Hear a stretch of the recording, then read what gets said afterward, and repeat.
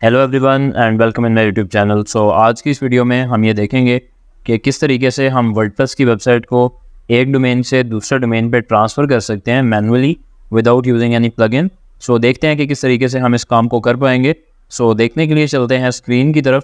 So let's have a look on my screen and let's begin.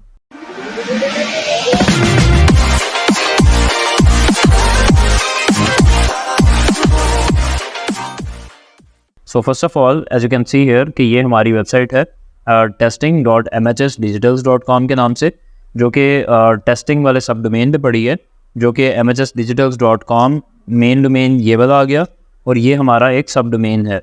तो इससे हमें ये वाली वेबसाइट को मूव करवाना है एक और डोमेन नेम के ऊपर। सो फर्स्ट ऑफ ऑल हमें इस वेबसाइट को यहाँ से डाउनलोड करना पड़ेगा, इसका बैकअप। उसके लिए आपको क्या करना होगा, आपको mhsdigitals.com जो कि हमारी मेन डोमेन है, इसके cPanel में लॉगिन करना पड़ेगा। मेरे पास यहाँ पे चूँकि WHM की एक्सेस मौजूद है तो मैं डायरेक्टली यहाँ से cPanel को लॉगिन कर रहा हूँ। अदरवाइज़ आप अगर कहीं से आपने होस्टिंग बाय कर रखी है तो सिंपली आप डायरेक्टली cPanel के अंदर लॉगिन कर सकते हैं by using your user name and password. वो आपको होस्टिंग प्रोवाइडर से मिल जाएगा। अभी के लिए मैंने डायरेक्टली यहाँ पर लॉगिन कर लिया cPanel में। अब मैं यहाँ पर फाइल मैनेजर में चला जाऊँगा। फाइल मैनेजर में जाऊंगा तो मुझे वहाँ पे जितनी भी हमारे सर्वर के ऊपर फाइल्स एंड फोल्डर्स पड़े हैं वो तमाम के तमाम शो हो जाएंगे। फर्स्ट ऑफ ऑल तो मैं आपको ये चीज़ बताता चलूँ कि चूँकि इस cPanel का जो प्राइमरी डोमेन है वो mhsdigitals.com ही है, जिस पे एग्जैक्टली ये वाली वेबसाइट पड़ी है। लेकिन यहाँ पे अगर आप देखेंगे तो एक सब डोमेन क्रिएट हुआ पड़ा है टेस्टिंग के नाम से।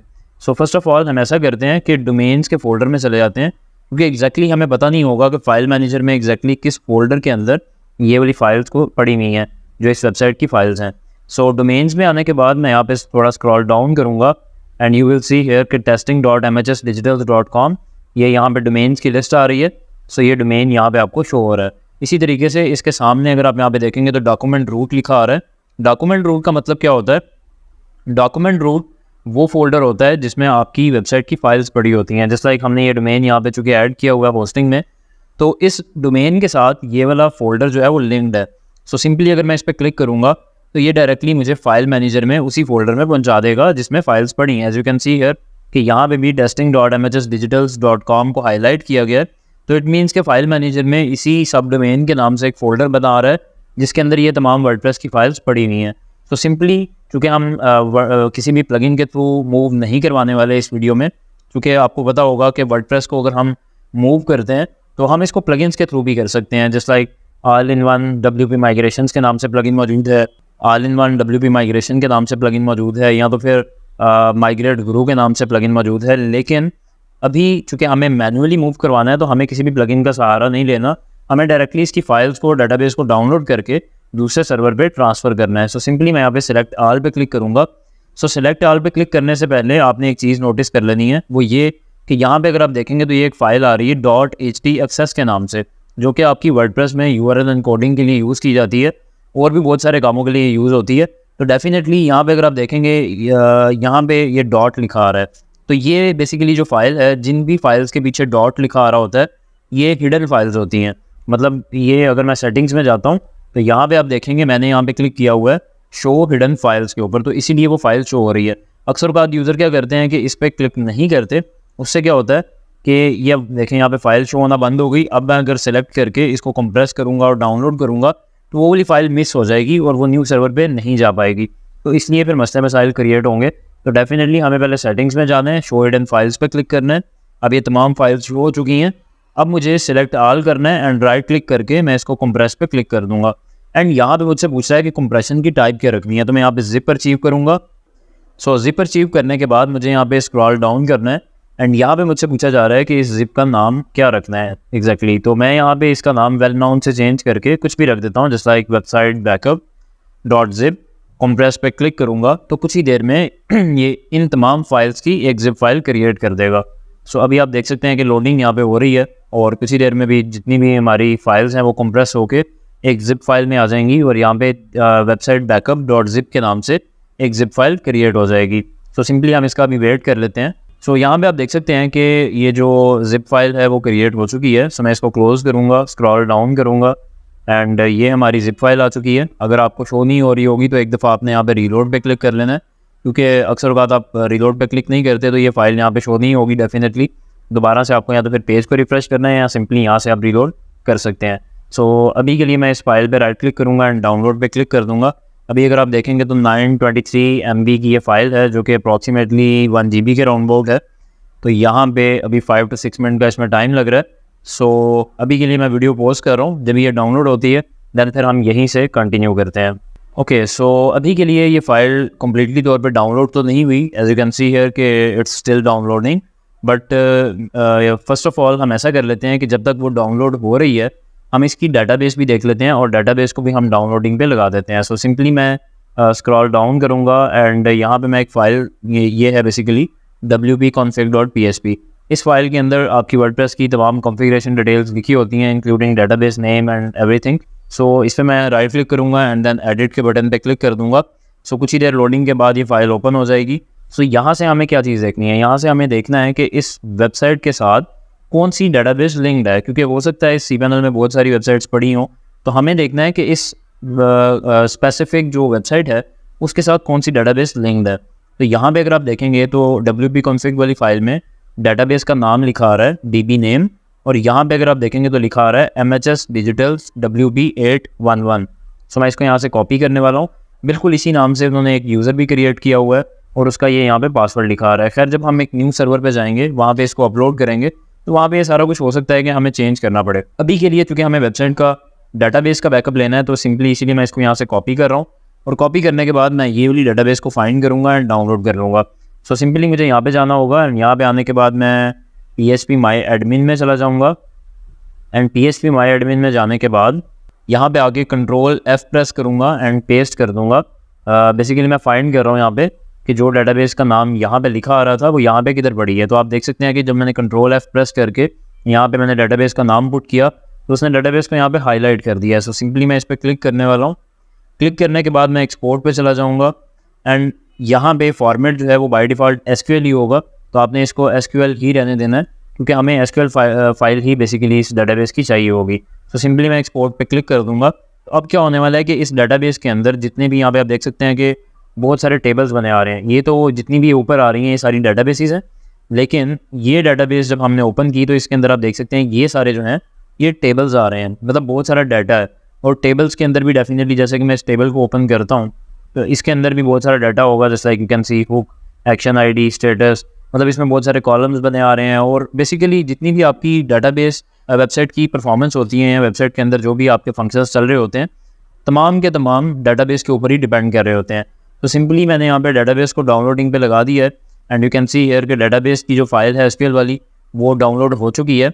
सो अभी के लिए अगर आप देखेंगे तो जो हमारा बैकअप है वो स्टिल डाउनलोड हो रहा है, तो हम उसको डाउनलोड होते रहने देते हैं। अभी तब तक हम ऐसा करते हैं कि जिस सर्वर पे हमने इस वेबसाइट को शिफ्ट करना है वहाँ पे जाते हैं और वहाँ पे हम उतनी देर तक कुछ सेटिंग्स कर लेते हैं। सो अभी के लिए मैं अगर इस cPanel को क्लोज़ भी कर दूँगा तो मसला नहीं है। सो सिंपली मैं इसको क्लोज़ कर रहा हूँ, ये यहाँ पे डाउनलोड होता रहेगा। इसके बाद मुझे क्या करना है कि यहाँ पे WHM में आ जाना है। आपके केस में ये होगा कि अगर आपके पास cPanel की डिटेल्स हैं तो आप डायरेक्टली cPanel से लॉगिन कर सकते हैं। तो मैं चूँकि WHM की डिटेल्स मेरे पास हैं और सेम ही WHM के अंदर हमारे ये दोनों डोमेन्स पड़े थे, तो इसीलिए मैं यहाँ से डायरेक्टली लॉगिन कर सकता हूँ। सो यहाँ पे आऊँगा और यहाँ पे मैं Fossil Himalayan Salt सर्च करूँगा एंड देन मैं यहाँ पे स्क्रॉल डाउन करूँगा and you can see here कि ये हमारा डोमेन नेम आ चुका है fossilhimalayansalt.com। सो सिंपली मैं इस पर क्लिक करता हूँ ताकि इस डोमेन को भी ओपन कर लेते हैं। अभी अगर आप देखेंगे तो यहाँ पे सिंपल एक वर्डप्रेस इंस्टॉल हुई पड़ी है एंड यहाँ पे मैं cPanel में लॉगिन कर लेता हूँ। सो फर्स्ट ऑफ ऑल तो मुझे इसको बिल्कुल ब्लैंक करना पड़ेगा, मतलब इसके अंदर जो वर्डप्रेस इंस्टॉल्ड है मुझे उसको भी डिलीट करना पड़ेगा। सो सिंपली मैं वर्डप्रेस मैनेजर में चला जाता हूँ। वर्डप्रेस मैनेजर में जाने के बाद ये यहाँ पे इंस्टॉलेशन हुई पड़ी है इसकी वर्डप्रेस की। सो सिंपली मैं यहाँ पे क्लिक करूँगा एरो डाउन के बटन पे एंड देन स्क्रॉल डाउन करूँगा और ये अनइंस्टॉल की ऑप्शन यहाँ पे आ चुकी है। सो अनइंस्टॉल पे मैं क्लिक कर देता हूँ। अब ये पूछ रहा है कि क्या आपने डायरेक्टरी भी रिमूव करनी है, डाटाबेस भी और यूज़र भी। सो इन तमाम को मैं यहाँ पे चेक करूँगा एंड देन रिमूव इंस्टॉलेशन पे क्लिक कर दूँगा। सो कुछ ही सेकंड्स में इंस्टॉलेशन जो है वहाँ से रिमूव हो जाएगी एंड जब मैं यहाँ पे आके रिफ़्रेश करूँगा यू कैन सी कि अभी यहाँ पे सिर्फ और सिर्फ एक फ़ोल्डर आ रहा है और एक फ़ाइल आ रही है। सो यहाँ पे मैं cPanel पे दोबारा से क्लिक करता हूँ ताकि मेन पेज पे आ जाऊँ और यहाँ पे फ़ाइल मैनेजर में चले जाते हैं। फाइल मैनेजर में जाने के बाद मैं पब्लिक HTML में चला जाऊँगा, क्योंकि डेफिनेटली प्राइमरी डोमेन के ऊपर हमें इसको इंस्टॉल करना है। तो प्राइमरी डोमेन हमेशा पब्लिक HTML के साथ लिंक्ड होता है। तो यहाँ पे आप देखेंगे वही वाली दोनों फाइल्स आ रही हैं। खैर मैं इनको भी डिलीट ही कर देता हूँ। सो राइट क्लिक करूँगा, डिलीट कर दूँगा। सो अब हमें रिफ़्रेश करता हूँ, यू कैन सी हियर कि अभी यहाँ पे कोई भी फाइल नहीं आ रही। अब हम ऐसा करते हैं कि आई थिंक 1 मिनट यहाँ पे रह चुका है, तो उसका वेट कर लेते हैं। देन उसके बाद हम यहीं से वीडियो को दोबारा से कंटिन्यू करेंगे। सो अभी के लिए जो फाइल डाउनलोडिंग पे लगी थी बैकअप वाली, वो यहाँ पे आप देख सकते हैं कि डाउनलोड हो चुकी है। सो हम नेक्स्ट स्टेप्स के ऊपर मूव करते हैं। सो फर्स्ट ऑफ ऑल तो मुझे पब्लिक HTML में आना होगा। सेकंड cPanel में इस वक्त हम खड़े हैं। सो यहाँ पे अपलोड पे क्लिक करूँगा एंड हमें वो वाली फाइल को यहाँ पे अपलोड करना होगा। सो सिंपली सेलेक्ट फाइल में जाऊँगा, डाउनलोड्स में जाऊँगा और इस बैकअप को अपलोडिंग पे लगा दूँगा। सो अभी आप देख सकते हैं कि अपलोडिंग यहाँ पे स्टार्ट हो चुकी है। जब तक वेबसाइट अपलोड हो रही है, इसकी फाइल्स अपलोड हो रही हैं, तब तक हम डाटाबेस को थोड़ा सेटअप कर लेते हैं। सो सिंपली मैं यहाँ पे आऊँगा और यहाँ पे आने के बाद मैं MySQL डाटाबेसेस की ऑप्शन में चला जाऊँगा। अब हमें आपने यहाँ पे नोटिस किया होगा कि पिछले सर्वर से हमने सिर्फ ये एक बैकअप वाली फ़ाइल डाउनलोड की थी जिसमें कि वर्डप्रेस की तमाम फाइल्स मौजूद थी, और एक हमने SQL फाइल डाउनलोड की थी जो कि इसकी डाटाबेस की फ़ाइल थी। तो उसको हम यहाँ पे तब तक इंपोर्ट कर लेते हैं डाटाबेस को। तो सिंपली मैं यहाँ पे कुछ भी नाम रख लेता हूँ डाटाबेस का, जैसे कि मैं यहाँ पे DB रख देता हूँ। तो अगर मैं यहाँ पे DB नाम रखूँगा तो ऑटोमेटिकली ये जो इस cPanel का यूज़र नेम है वो साथ में अटैच हो जाएगा। सो इसका जो पूरा नाम होगा वो मैं आपको दिखा देता हूँ। इसका जो डाटाबेस का नाम होगा वो है ये। सो इसको मैं डाटा नोटपैड की एक फ़ाइल में सेव कर लेता हूँ एंड देन गो बैक पे क्लिक करूँगा। एंड अब हमें इसका एक यूज़र क्रिएट करना है। सो सिंपली मैं यहाँ पे आके इसका एक यूज़र क्रिएट कर लेता हूँ, जस्ट लाइक यज़दान के नाम से। एंड यहाँ पे पासवर्ड एक रख लेता हूँ। सो यूज़र के साथ भी सेम वही वाला काम है कि जब हम यूज़र क्रिएट कर रहे हैं तो यहाँ पे फौजल हिमालयन SA_ जो है वो साथ में इसका प्रीफिक्स आ रहा है। सो क्रिएट यूज़र पे मैं क्लिक करने वाला हूँ। ये हमारा यूज़र नेम हो गया। इसको मैं यहाँ से कॉपी करूँगा और यहाँ पे आके पेस्ट कर दूँगा। और पासवर्ड जो है वो helloworld@123 मैंने रखा था। सो सिंपली वो भी मैं यहाँ पे लिख लेता हूँ। गो बैक पे क्लिक करूँगा। सो अभी चूँकि आप देख सकते हैं कि डाटाबेस तो क्रिएट हो चुकी है, तो मैं अब यहाँ से PHP MyAdmin में अगर चला जाता हूँ तो यहाँ पे डाटाबेस तो वो वाली शो होने लग पड़ेगी जो हमने यहाँ पे भी क्रिएट की, ये वाली, just like you can see here, ये शो हो रही है। लेकिन इसमें कोई भी टेबल नहीं है, कोई भी डाटा नहीं है, तो वो हमें डालना पड़ेगा जो कि हमारी इस SQL की फ़ाइल में पड़ा हुआ है। तो उसके लिए हम क्या करेंगे, इंपोर्ट पे क्लिक करेंगे। इंपोर्ट पे क्लिक करने के बाद एंड देन हमें यहाँ पे चूज़ फाइल पे क्लिक करना है और यहाँ से हमें SQL की फ़ाइल जो है उसको सेलेक्ट करना होगा।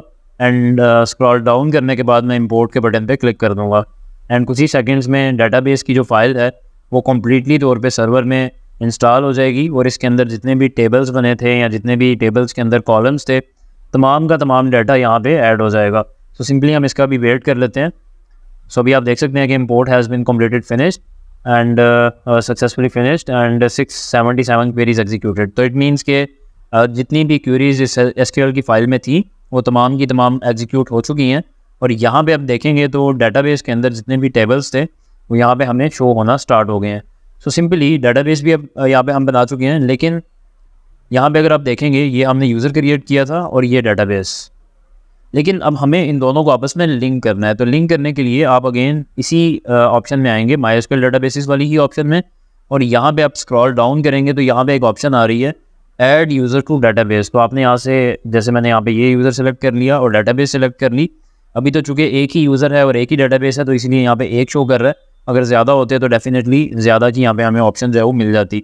तो ऐड पे क्लिक करूँगा एंड देन इसके बाद मैं यहाँ पे ऑल प्रिविलेजेस पे क्लिक करने के बाद मेक चेंजेस कर दूँगा। यहाँ से आप सिलेक्टिव एक्सेस भी दे सकते हैं, लेकिन चूँकि मुझे तमाम एक्सेस देनी है तो मैं ऑल प्रिविलेजेस पे ही क्लिक कर रहा हूँ।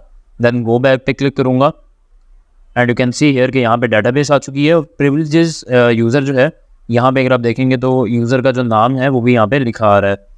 अब मतलब डाटाबेस भी क्रिएट हो चुकी, यूज़र भी हमने क्रिएट कर लिया, उनको आपस में लिंक भी कर लिया एंड जो फाइल हमने अपलोडिंग की थी जस्ट वो यहाँ पे अपलोड हो रही है। तो इसका भी हम वेट करते हैं। सो अभी के लिए वीडियो पॉज कर रहा हूँ। देन उसके बाद जब ये फाइल अपलोड हो जाती है देन हम इसमें कुछ सेटिंग्स करेंगे और हमारी वेबसाइट जो है वो यहाँ पे मूव हो जाएगी। सो अभी के लिए आप यहाँ पे देख सकते हैं कि ये फ़ाइल कम्प्लीटली तौर पे अपलोड हो चुकी है। सो सिंपली मैं फाइल मैनेजर में आऊँगा एंड यहाँ पे आके रीलोड पे क्लिक करूँगा। So you can see here कि ये फाइल यहाँ पे डिस्प्ले होना स्टार्ट हो चुकी है। तो सिंपली राइट क्लिक करूँगा एंड देन एक्सट्रैक्ट करूँगा इन फाइल्स को। तो जिप फाइल जो है वो पूरी की पूरी एक्सट्रैक्ट हो जाएगी एंड कुछ ही देर में जितनी भी जिप फाइल के अंदर फाइल्स पड़ी हैं वो यहाँ पे शो होना स्टार्ट हो जाएंगी। और ये जिप फाइल वही फाइल है जो हमने ओल्ड सर्वर से उठा के यहाँ पे अपलोड की थी, जो कि हमारी वेबसाइट की फ़ाइल्स थी। सो सिंपली मैं ये ज़िप फाइल अब डिलीट करने वाला हूँ, क्योंकि इसका मज़ीद कोई काम नहीं है, बस हमें फाइल्स चाहिए थी, वो अपलोड हो चुकी हैं। सेटिंग्स पे जाऊँगा, शो हिडन फाइल्स पे क्लिक करूँगा, सेव करूँगा, and then you will see कि यहाँ पे .htxs की जो फाइल है वो भी यहाँ पे शो होना स्टार्ट हो गई है। एंड इसमें मैं कोड वगैरह भी थोड़ा चेक कर लेता हूँ। So you can see here कि ये भी वर्डप्रेस का ही कोड आ रहा है, बिगन वर्डप्रेस, एंड वर्डप्रेस। सो ये भी आई थिंक ठीक ही है। अब मुझे क्या करना होगा, अभी अगर मैं यहाँ पे आके रिफ़्रेश करता हूँ, क्योंकि फ़ाइल्स भी हमने यहाँ पे अपलोड कर दी हैं, फाइल्स अपलोड करने के बाद हमने डाटाबेस भी यहाँ पे अपलोड कर दी है, लेकिन स्टिल जब मैं रिफ़्रेश कर रहा हूँ तो अभी पहली चीज़ तो ये कि ये testing.mhsdigitals.com के ऊपर रीडायरेक्ट कर रही है। और दूसरे नंबर पे अभी इसको एक और एरर देना चाहिए था, जो कि इसने नहीं दिया, और वो इस वजह से नहीं दिया क्योंकि हमने बेसिकली इसमें डाटाबेस की जो डिटेल्स लिखी हैं वो सेम सर्वर के ऊपर डाटाबेस पड़ी है, जो कि testing.mhsdigitals.com पे चल रही थी। तो पहले तो हमें उनको चेंज कर लेना है, और जो हमारे सर्वर की ये वाली डिटेल्स हैं वो हमें यहाँ पे देना होंगी। तो सिंपली यहाँ पे आऊँगा, और यहाँ पे आने के बाद डाटाबेस का नेम लिखूँगा, जो कि मैं यहाँ पे देने वाला हूँ कॉपी करके, यहाँ पे मैं पेस्ट कर देता हूँ। फिर इसके बाद जो यूज़र नेम है मैं इसको भी कॉपी करूँगा और यूज़र नेम की जगह पे पेस्ट कर दूँगा। अब आ जाता है पासवर्ड, तो पासवर्ड हमने रखा था hello world @123।